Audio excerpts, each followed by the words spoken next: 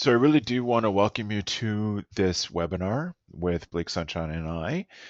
And I'm going to get us started with talking about how to use Facebook content, and then we'll move to Blake in the second half.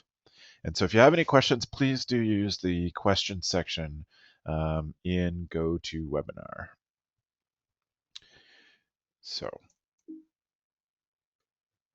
here we go. So the part that I'm going to talk about really is selling camp spaces with smart Facebook posts. And there are lots of ways to sell camp spaces, but when you're doing stuff on Facebook, I want to make sure that what you're doing is geared towards selling. And often camps, I find, use their Facebook pages as a way of maintaining the community and keeping in touch with their families throughout the year. But I think it's a bit of a missed opportunity to get new campers from your Facebook posts. And and pardon me, I think that there's a few things you need to do to make that work for you, so that you can use the power of word of mouth and spread the stuff that you're doing, but also get some good interactions with current camp families and new camp families, and allow the current camp families to have a way to speak on your behalf. And often that means you put out great stuff and they share it for you. And really, the way that you do this is consider the questions, the things that parents need to know to become camp families. And as I say, we usually put out stuff that maintains the community. Here's Pokey on her trip to London Bridge wearing her camp T-shirt, stuff like that. And that's important. But if you focus on what parents need to know, then you move beyond that and it comes to work for you. So, for example, I like to think of all of the questions that parents who don't know anything about camp, what they need to know to feel comfortable. So, for me, I always think that the first thing we should be doing as camp leaders is showing camp families, these new families that don't know us, showing the potential families how safe we are, how we look after their kids. For us, if we grew up at camp, it might be perfectly normal to have a group of 8 kids staying overnight in a cabin together and the counselor be just down the path. But for some parents, they might find that really strange, that there wouldn't be an adult with the kids at all times.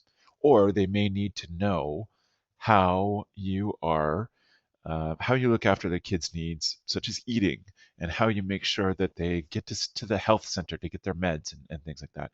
And if you start there and build a library of content, whether it's videos, photo illustrations, or stories that are written on your camp blog and then shared to your Facebook page, then that gives parents a foundation to build on, a foundation of comfort and knowing that you take very seriously this responsibility of looking after other people's kids. And I think that from there, once you cover that, then you could do things like interview old camp families, favorite old families, and say, what were the things that made you nervous when you were considering camp? What were the things that reassured you? How can we give those first time parents more experience of all of the things that will help them feel comfortable, or give them an understanding of this? For some families, it'll be this weird place of camp, where kids come back full of excitement and all these things, but all the activities are hard to understand. When kids come back into their community and say, my favorite game is Giants, Wizards, and Elves, then that's hard for parents to get a feel for what that really means. And because Facebook and the web is so visual, then I think you want to focus on providing that in a visual way so that they understand what they need to know. And on top of what they need to know, we need to consider what the seasons of camp are and how we can sell according to those seasons.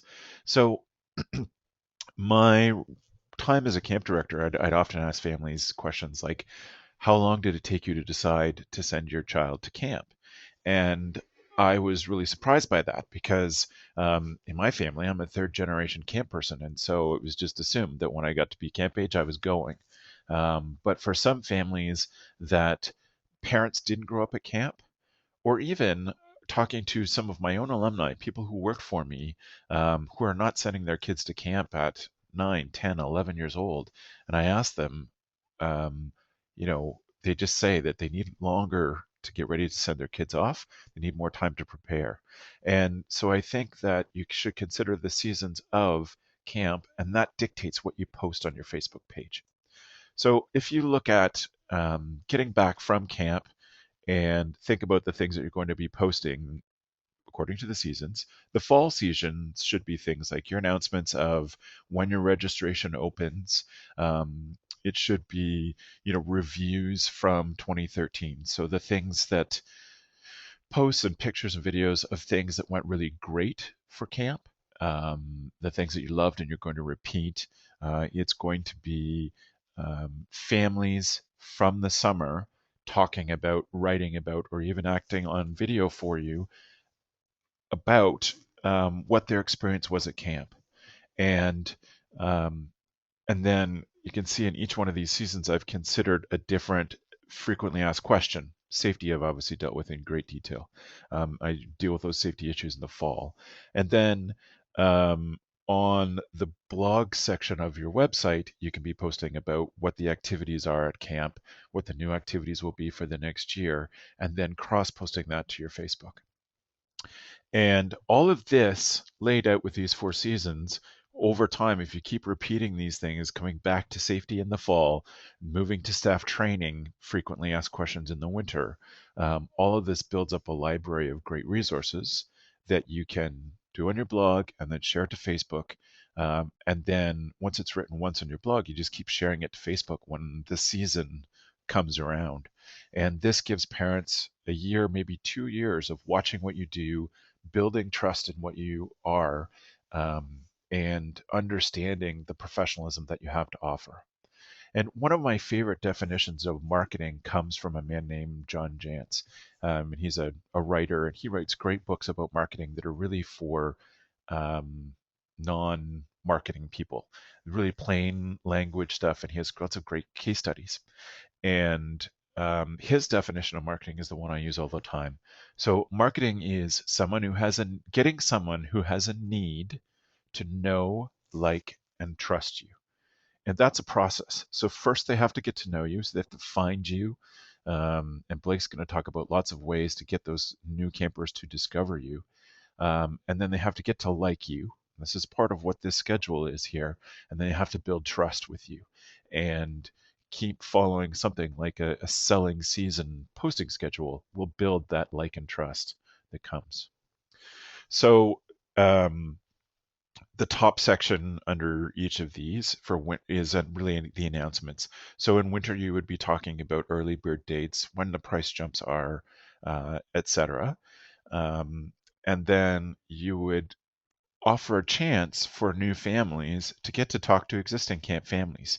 You may provide that as something online where you have a Google Hangout on air or Skype conversations that are recorded where people can ask your families questions that you're there to moderate but not interfere. But that way you're getting people who already like and trust you and have committed to your camp to speak on your behalf. And that I think is really powerful because if you're continually saying, buy from us, buy from us, buy from us, it doesn't have a lot of validity. But if you get an outside voice, then it has a lot of power in there. So the FAQs would be staff training. And another thing that I wish more camps would do is say the third Tuesday of every month for January, February, March, and April, we're going to have an online new parent meeting. And that is me sitting in front of a web camera, um, giving a short little presentation, 5 to 10 minutes, talking about what camp's like, what a day at camp is, opening and closing day, our counselors training, etc. And then giving parents a chance to ask me questions. Or maybe one of those meetings is a chance to ask the head counselor questions.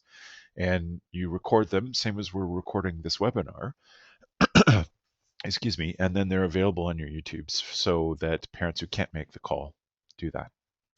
As we move into spring, I'd look at something like encouraging people to register. We still have spaces in these 2 or 3 sessions. Other sessions are full. You could use your Facebook page to encourage people to come to camp, come see if your kid's coming this summer, come see where they're going to be staying, come see where they're going to be eating. It'll be a lot of camps will be quiet in the spring. Some of them will be busy with school groups, but it gives them a chance to say, um, in 6 weeks, you're going to be coming to camp, and here's where you're going to be staying. Here are some of the people that you're going to get to know. The FAQ section would be getting your camper ready, how to talk to your kid about camp, how to talk to them about what happens if they miss home. And that better be a question that you as camp directors are always answering for parents. How do we deal with missing home? Um, and then another thing that you could be putting out is not just the come and tour camp, but come to our open house when we have a bunch of staff there. You'll get to see how we as a staff work together.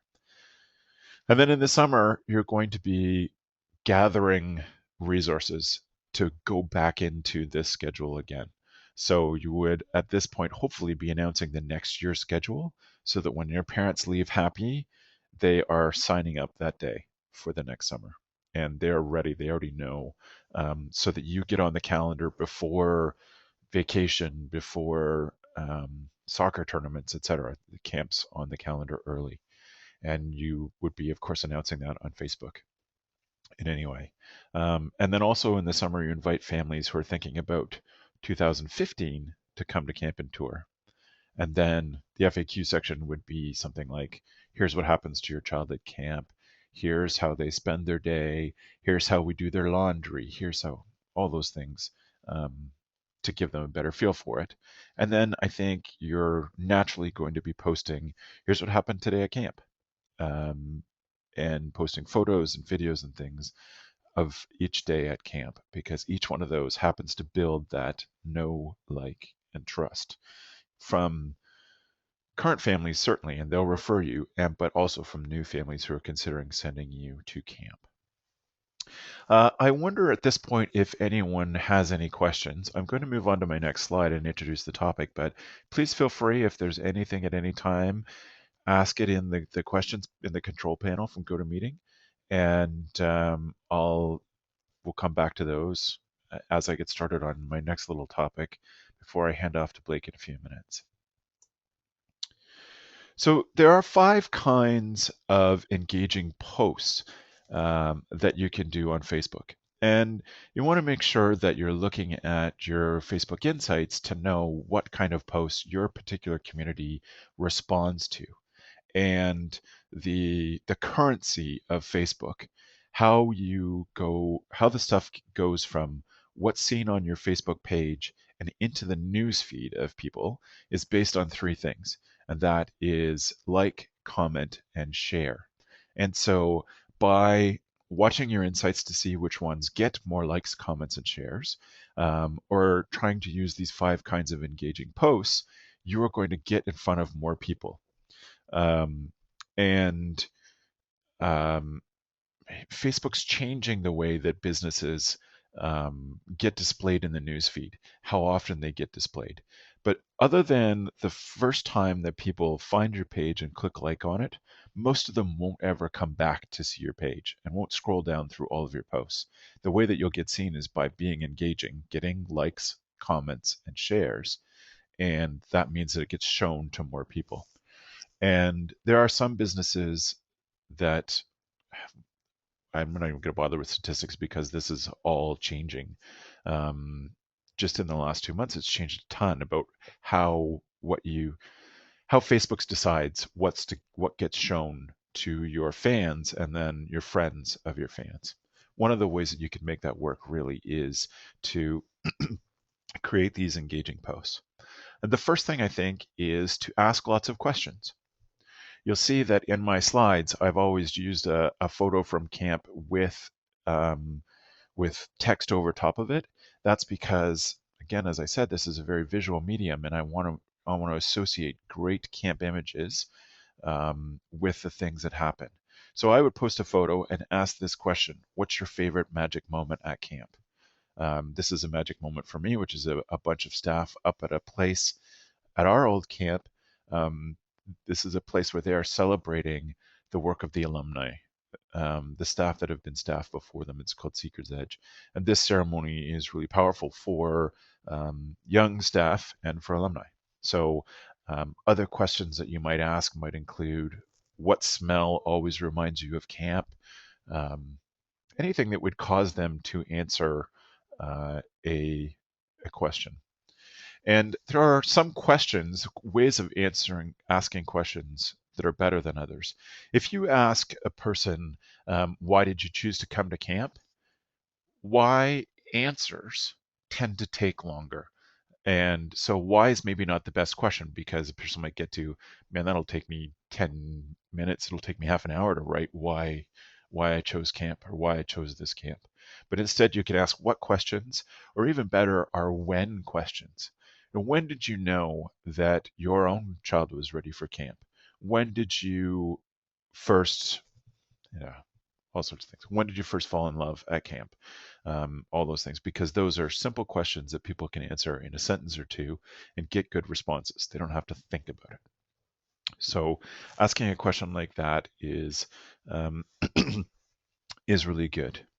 The next thing that I would encourage you to do is put out something or a photo, and this is sort of like a Pinterest photo in a way. I'm sure many of you have seen them, with a great photo with a bit of text or a quote over it. And then ask people to share that. Ask them to share it on their own timeline. Um, I love this camp photo because it's one of my favorite camp shirts ever. I pity the fool that don't go to camp. That I think the camp shirt gets some response, but also the quote would get some response, and that would get people to like, comment, and share what you have. Because of camp, I blank. A fill in the blank statement is a great way to get people to respond. Again, I would post it with a fun photo. You can tell that this is a cool camp program. Um, and any blank statements like this will get more responses, and hopefully get them to share what's going on.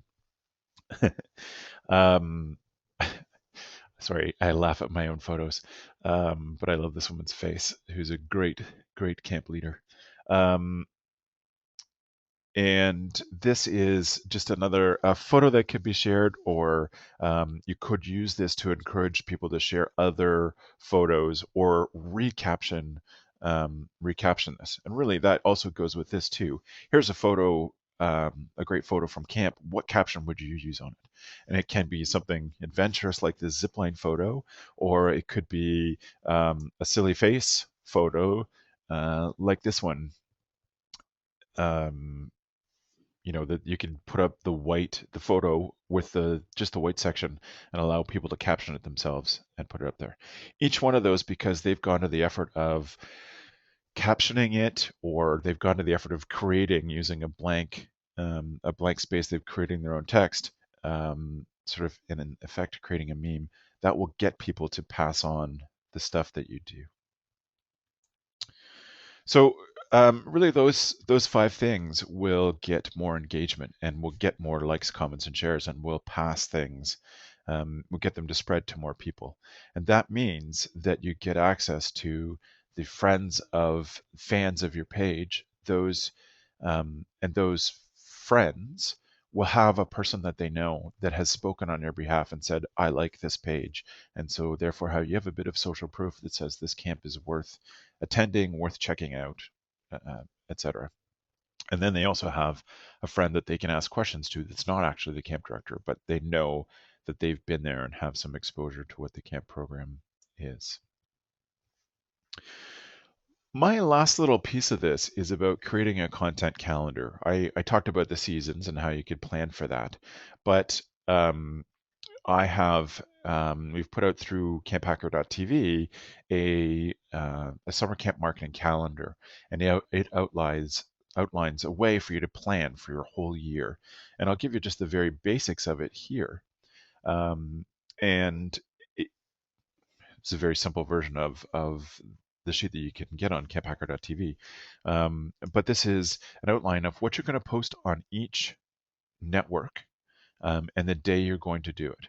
And I like to have um, a strategy created for each camp client of ours where they know on Mondays we're talking about a certain thing. On Tuesday we're going to talk about another thing. Friday's our announcement day.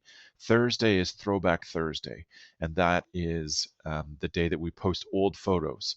And even if you're a camp that's only 3 or 4 years old, you have photos from your first year that you could post that get some response. So I like to come up with that strategy, what each day represents, and then plan that out for the next few months so that you can sit down, write a whole bunch of posts. So, say for example, Sunday is the question day that you're going to ask a question, like we've already talked about. Then you could sit down and write out questions for the next 3 months at once and then schedule them using either Facebook itself, where you can schedule posts there, or you could use another application that would allow you to schedule your posts. But this allows you to plan it. So that's Sunday. Say Thursday, your Throwback Thursdays, you could find all of the photos for the next find 12 of them. So you've got the next 3 months planned, put them in a particular file on your computer, and write the text, the 2 or 3 sentences that goes with each one, and then have them ready to go. That's the nice thing about a content calendar like this. And really, one of the last things I want to say about this before we go to questions, and I thank you, Don, for posting a question here. I'll get to that in just a second. If anyone else has questions about what I've said, please put that in. And same with Blake. As Blake's speaking, then you can jump in questions with there, and then where there's a break, we'll come and tie all those questions back into the stuff we've been talking about. So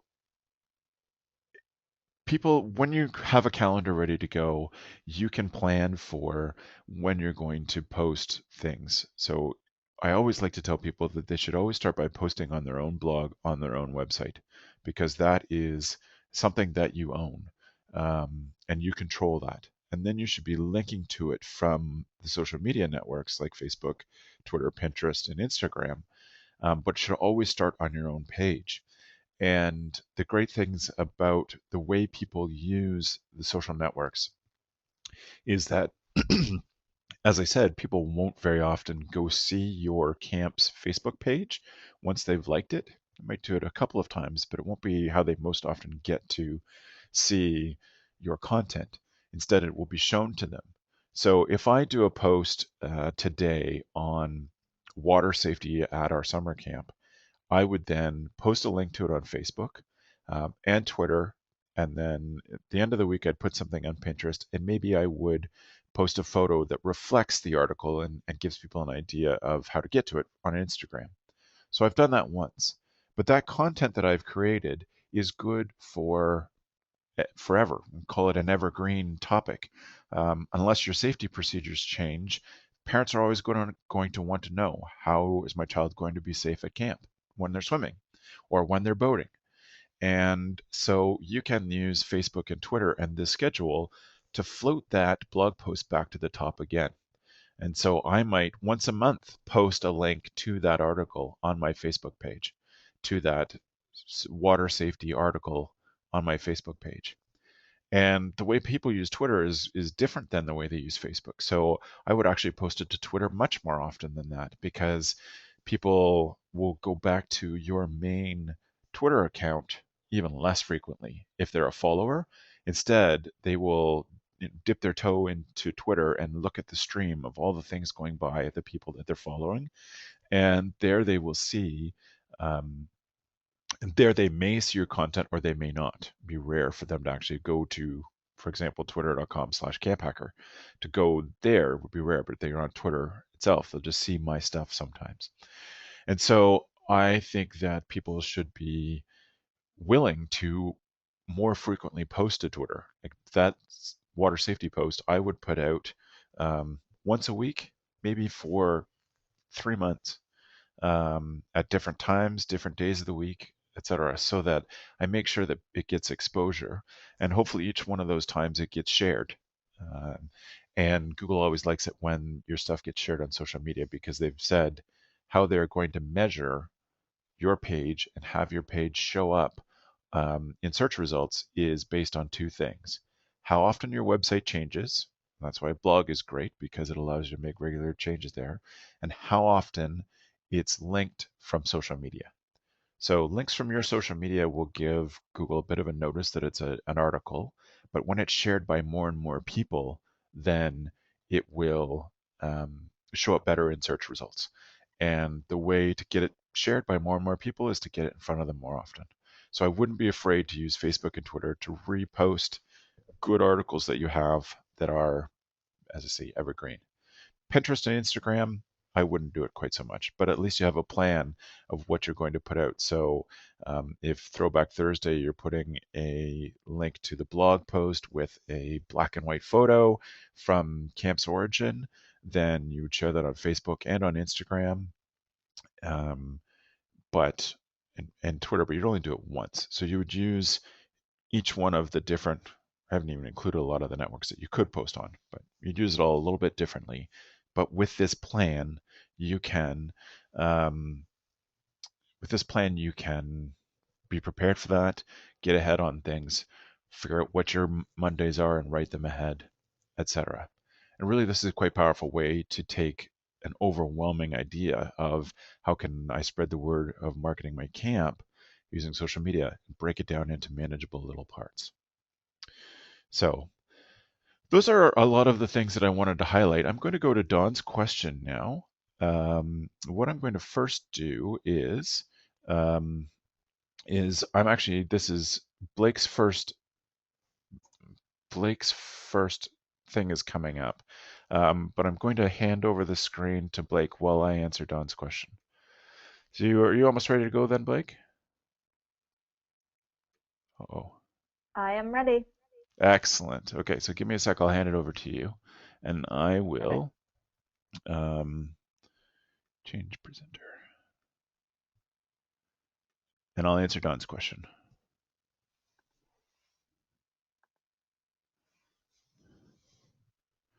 Um, so we should be seeing your screen quite shortly, but while we'll get that up, I will answer the question from Don.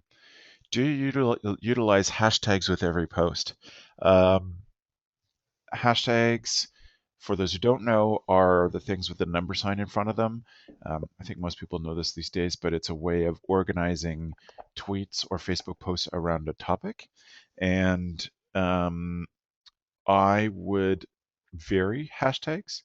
Um, Hashtags that we use for Camp Backer most often are the hashtag summer camp, all one word, but also the hashtag camp pros. And they go out in most posts, but not all of them. Um, Hashtags that you would want to use, Don, would be ones relative to the areas that you draw from.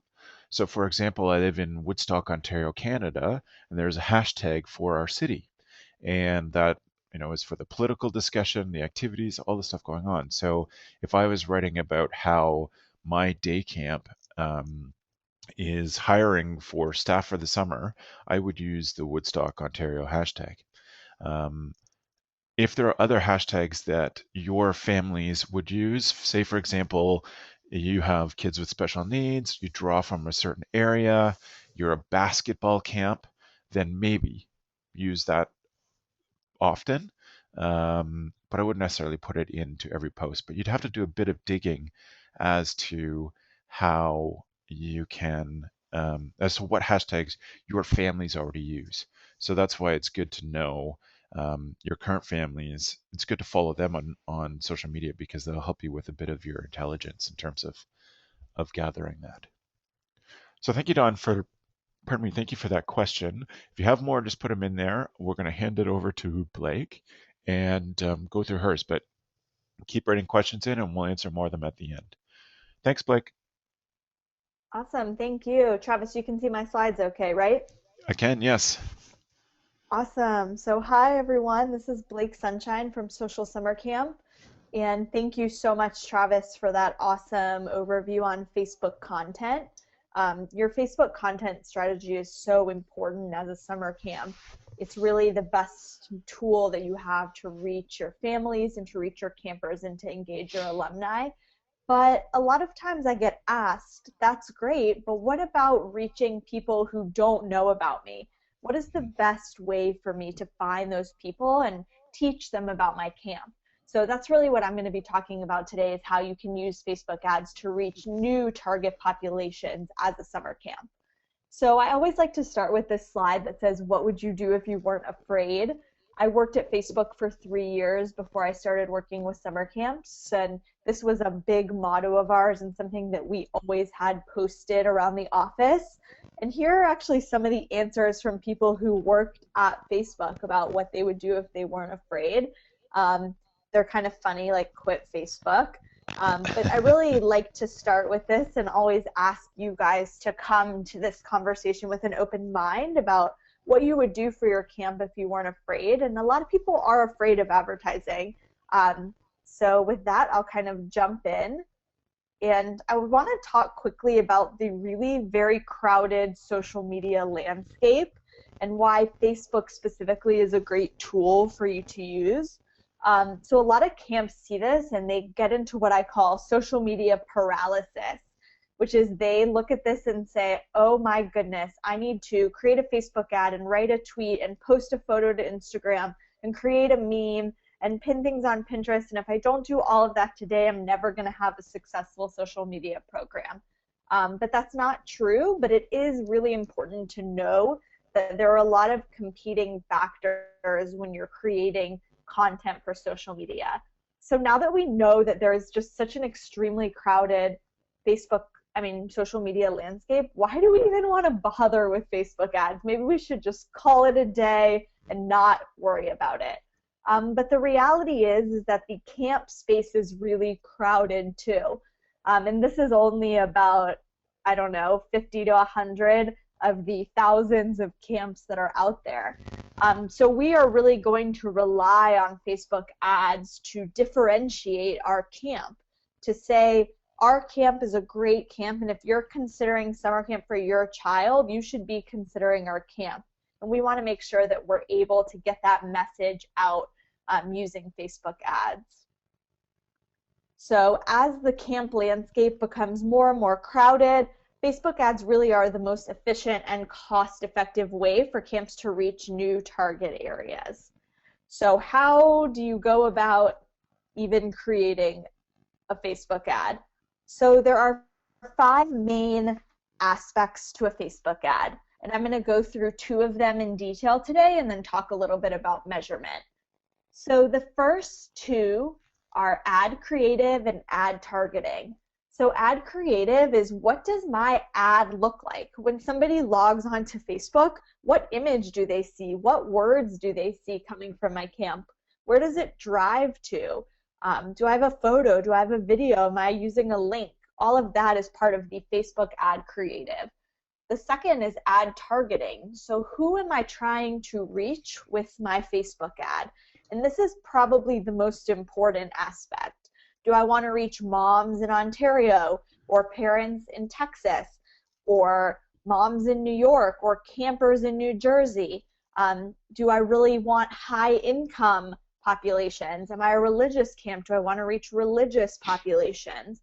And Facebook gives you a lot of targeting options, and there are a lot of things that camps can test to say, this is the message and here's how I want to reach them. The third kind of lever for creating your Facebook ads is ad placement. So there are a couple different places on Facebook where you can place an ad. The traditional area is on the right-hand column of your Facebook page, but more and more now, most camps are finding the greatest success advertising in newsfeed. So that would be just like if you log on to Facebook and you see your newsfeed, an ad from your camp would actually pop up in your target audience's newsfeed. And the reason why the newsfeed is such a great place is it's so engaging. It's where people go to see content from their fans, from their friends, from their family, and it really just is the best place to show an ad. And to break it down even further, ad placement in the newsfeed can also be shown on your desktop computer or on your mobile phone. So if you're really trying to reach a younger audience, maybe you want to create an ad and only show it to your audience in their newsfeed on their smartphone. So there's a lot of different options you have for where you can place your Facebook ad. The fourth is ad bidding, which I'm not going to get into very much. But that basically just tells Facebook what you want to bid on. So I only want to pay when somebody clicks on my ad. I only want to pay when somebody sees my ad. Or I want to optimize my ad for conversions. So there are a lot of different options, and that's kind of a more advanced Facebook technique. And the last is ad optimization. So am I seeing the results on my Facebook ad that I want to, and what can I do to help improve those results? So now I'm going to go into detail about ad creative and ad targeting, and then talk a little bit about measurement. So here's an example of an ad I ran for the last time Travis and I did a webinar together, and it really displays the three main components of a Facebook ad. The first is the message content. So what do I want the ad to say? And since Facebook posts tend to be pretty short, I always recommend you keep this area as short as you can while giving a decent amount of information. So are you considering summer camp for your child? Our camp is a great camp for building self-esteem and confidence in young women. Okay, that's your message content. Then you want to follow it up with a call to action. Click here now to talk to one of our directors. Click here now to request more information. Click here now to learn more about the amazing summer 2014 plans.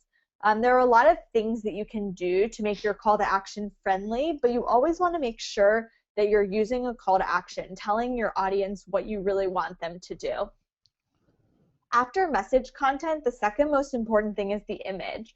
So we really want to use an engaging image, and we know that images of people perform much better on Facebook than images of, say, landscape. And camps are so lucky here because they have some of the most engaging images of campers really available to anyone. So I would say find a great group shot of your campers having a great time and try testing that image out in a Facebook ad. The third part is a link to a measurable site. So what do we want people to do? So in this ad, I wanted people to sign up for the webinar. So I drove to the webinar page, and Travis and I were able to track how many people from our ad went and then signed up for our webinar. But for a camp, you're likely going to want to drive traffic to something like a request information form so that you can say, okay, here's how many people came from Facebook from our ad, and then here are the people who actually ended up requesting information or calling us on the phone or talking to us later. So this is an example of what an ad creative looks like, and this is called specifically a Facebook page post ad, and it's really meant to run in people's news feeds. So that's an example of how you can create a really strong Facebook ad if you're a summer camp. Next, I'm going to talk about ad targeting, and this is super important to summer camps, but there also are so many options on Facebook that you really want to make sure that you're testing out a lot of different types of targeting. So Facebook offers all of the basic ad targeting, so age, gender, location, but they also offer a ton of extra targeting, likes and interests, parental status, so you can actually target parents who have children between the ages of 4 and 12, or if you're a day camp, maybe you want to go younger than 4, maybe you want to target 2 to 5, or maybe you're a teen tour and you want to target 13 to 17. You can target parents who have children of any age. You also can target by likes and interests, so you can say, if you're a religious camp, you can say that I only want to target parents who are church members or who are interested in Young Life or something like that to really get closer to your target audience. You also can target by income levels. So Facebook offers what they call partner categories, which actually takes offline data and brings it online. So they have all of the spending data that they then match up. So if you're a camp that's at a really high price point, like an 8-week overnight camp, you can really say, okay, I only want people who make a certain amount of money in a year. Or if you're a nonprofit camp, you can say the other way. You can say we're open to people of any income status. So there are lots of different things you can do. And you also can target your fans, people who are not your fans, or people who are your friends of your fans. And targeting friends of fans is great because it actually gives the people you're targeting a little bit more information about your camp, and they've probably heard about your camp before. So they're a lot more likely to engage or click on your ad because they already have a friend who's connected to you. And targeting fans is really interesting. Travis talked about it briefly, but Facebook is making it harder and harder for you to reach the people who are your fans, and it's only going to become increasingly more difficult. So if you are a camp and you want to reach your fans with a really great message, maybe that the deadline for registration is coming up soon, or that certain sessions have a wait list, or that someone's favorite counselor is back, or that you're rebuilding this amazing facility, it may be worth creating an ad and targeting it toward your fans to make sure that they see that message that you're trying to see. Travis, are there any questions yet? No, nothing so far. So again, I Okay, encourage cool. people to type into the question section, and we'll make sure we answer all that stuff before we go today.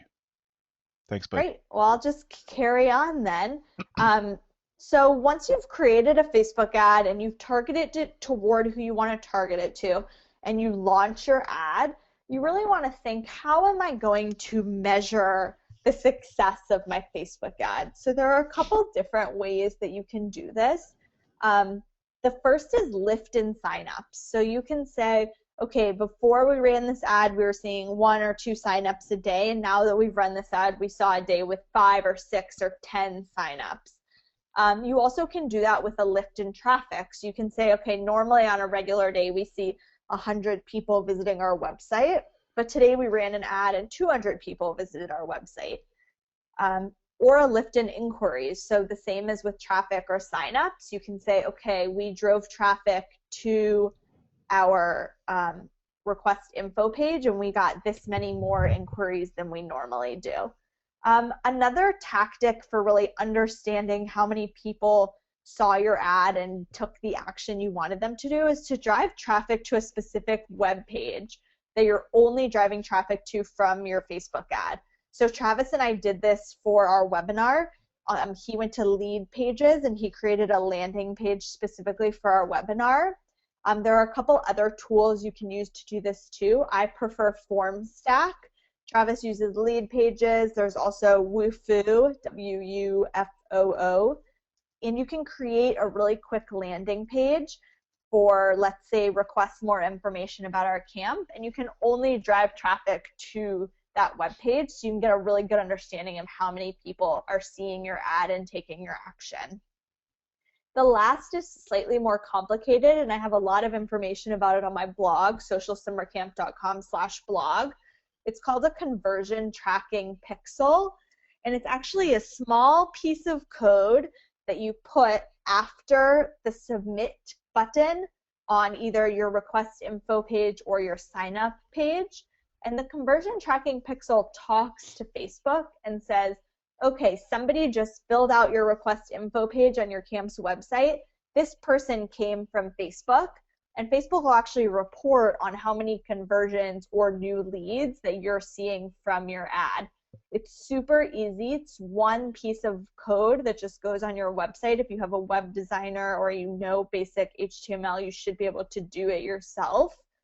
And it's really great because Facebook will actually not only report on your conversions, but Facebook will say, okay, this person filled out the form. Now we're going to take that information and we're going to try and optimize your ad to show it to more people who are like the person who filled out the information. So it actually optimizes based on the conversion data, which is really awesome.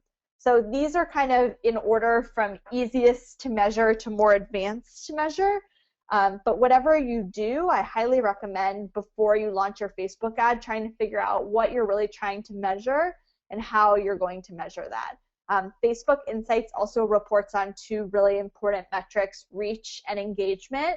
Reach would be how many unique people saw your ad, and engagement would be how many people engaged with the ad.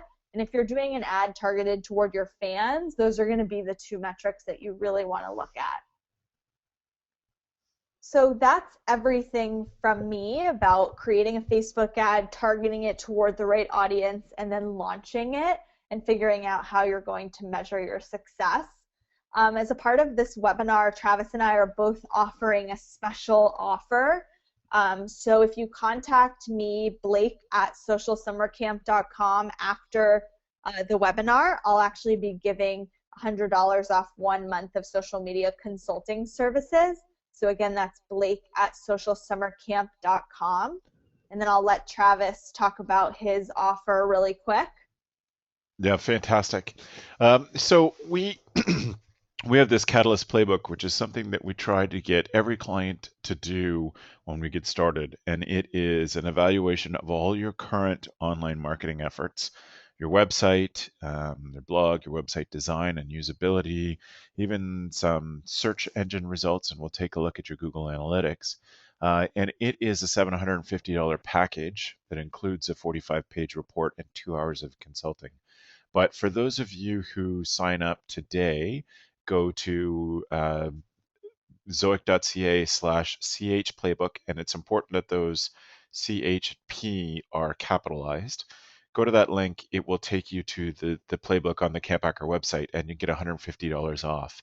And many camps have found that this is enough for them to get started and work on their own projects and just work through all of the things that we talked about, suggestions that we had for improving their online marketing stuff, website, social media, all of it. So that's available there, and you can use that coupon for any of you who've been watching this webinar. It's $150 off by using the code playbook-150.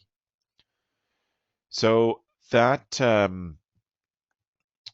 takes us to the end of our presentation stuff. We have some questions coming in. I want to thank Dawn, who's put in a question again. It's really awesome, Dawn. It helps us to know, what we need to work on. So I'm grateful that you would stick up your hand again and ask a question. So her question for you is for you, Blake, and she wonders how much, generally speaking, what is an estimated cost of targeted ads? Yep, that's a great question, Don. Thank you so much for asking it. So there's no real way to say this is how much an ad is going to cost you. It really depends on the different layers of targeting that you put in. But for camps, I usually tell them that with just a budget of about $25, they can start testing an ad to really see what kind of reach they're getting and what kind of how large their target audience is and what their cost per click or cost per impression is. And $25 typically is enough to see good results. A lot of the camps that I'm working with right now, we do a lot based on conversions, so basically new leads, and they're seeing new leads anywhere from $2 to $7 a piece, depending on what type of camp they are. So I always say start small, see what your results are, and then kind of increase your budget from there. But in general, for about $100 a month, camps can see really good results for driving new leads, driving traffic, and reaching their target audience. Yeah, that's awesome. And I know from experience of our own client, one of our own clients, in a different industry than summer camp, but she had taken a Facebook post from a friend that had got some traction. She liked it. She got permission to use it on her own page. And he had just put it on his page. They had similar numbers of likes, and it had been seen by less than 40 people. And she invested $36 into advertising that same post. And it got in front of 3,500 people. So there, you can get some really great results with the targeting available in Facebook ads. And Blake's been great at explaining, um, certainly introducing the topic of how you target it. So and all the possibilities there. So Rebecca asked the same sort of question that Don did. So thank you, Rebecca, for putting that in. Stephanie has one other question for you, Blake. If I were to make a Facebook ad, does the ad just show up one time, one day in my target audience's feed or more often? Yeah, definitely. So that's a great question also. So Facebook reports on frequency, which is how many times the ad shows up to your target audience. So when you're running your ad, you want to keep an eye on that frequency and make sure that it doesn't get above 2 or 3. We obviously want our target audience to see it one time, and depending on the message, we may even want them to see it again, especially if we're targeting an audience that doesn't really know about our summer camp. For them to see an ad about your camp one day and then a couple days later to see it too is actually a good thing. What we don't want to do is continuously show our ad to people who are not interested in it. So I always recommend keeping an eye on that frequency button when you're running your ad to make sure it does not get above 2 or 3. But Facebook also really does take a precaution to make sure that your newsfeed is not full of ads. So it's pretty likely that your audience is only going to see your ad about one time per day, depending on your budget and how many people in your audience you're reaching. So you definitely don't need to be worried about your ad being annoying or showing up too often. Just keep an eye on that frequency. Fantastic. If there are any more questions, put them in there. We'll watch for them in the next couple of minutes. But I think we'll start to wrap things up here. If you want more information about this kind of stuff, Blake is posting great stuff on her blog. I'm doing what I can to put it out on the Camp Hacker Twitter, um, but you should really check it out. So she's at socialsummercamp.com. She's got some good stuff. Thanks very much, Blake. Yeah, thank you, Travis. It was great to spend this time with you. Wonderful. Yeah. So I hope people go to socialsummercamp.com and camphacker.tv. You can subscribe to our free podcast there and start watching. We're going to be putting out new podcasts very shortly. We've got a whole bunch of them in the can. So have a couple of new topics, including leadership training and a show that I'm doing called One Thing I Did Right, the interviews with camp directors. So hope you'll watch camphacker.tv for that as well. So we didn't have a question, but we had a couple of comments. Thank you from Erica. Thank you both so much. I really enjoyed this. You're most welcome, Erica. Um, and one other question we got from Rebecca. You mentioned doing a video FAQ with new parents. What service do you use for that? There's a couple of services you could use. Um, you could, Rebecca, you could use the GoToWebinar service that we are using right now. It has video capabilities, but it's kind of expensive. I would recommend doing it on Google Hangouts on Air, um, because that will also simultaneously play live to your YouTube channel. So you could send people the link to your YouTube channel to watch it, or they could interact with you by being part of the online the hosts online on your Google Hangout on Air. There are a few other services that will let you do online video shows. Spreecast is another one that I've used before that has it's freemium model, so you start out free and then you can buy it if you need some more space. So I would look at Spreecast and Google Hangouts on Air for both of those. So thanks, Rebecca. Blake, we got another thank you from Krista who says, thank you, very informative. So thanks very much for your feedback. Awesome. Thank Awesome. you. And if anybody's around, Blake and I both will be at the ACA National Conference next week and at the Tri-State Camping Conference in Atlantic City in March. So we hope you say hi. Please let us know if you've enjoyed this webinar. Um, and thank you very much. Thanks, Blake. Thank you, guys. Bye, everyone. Bye-bye.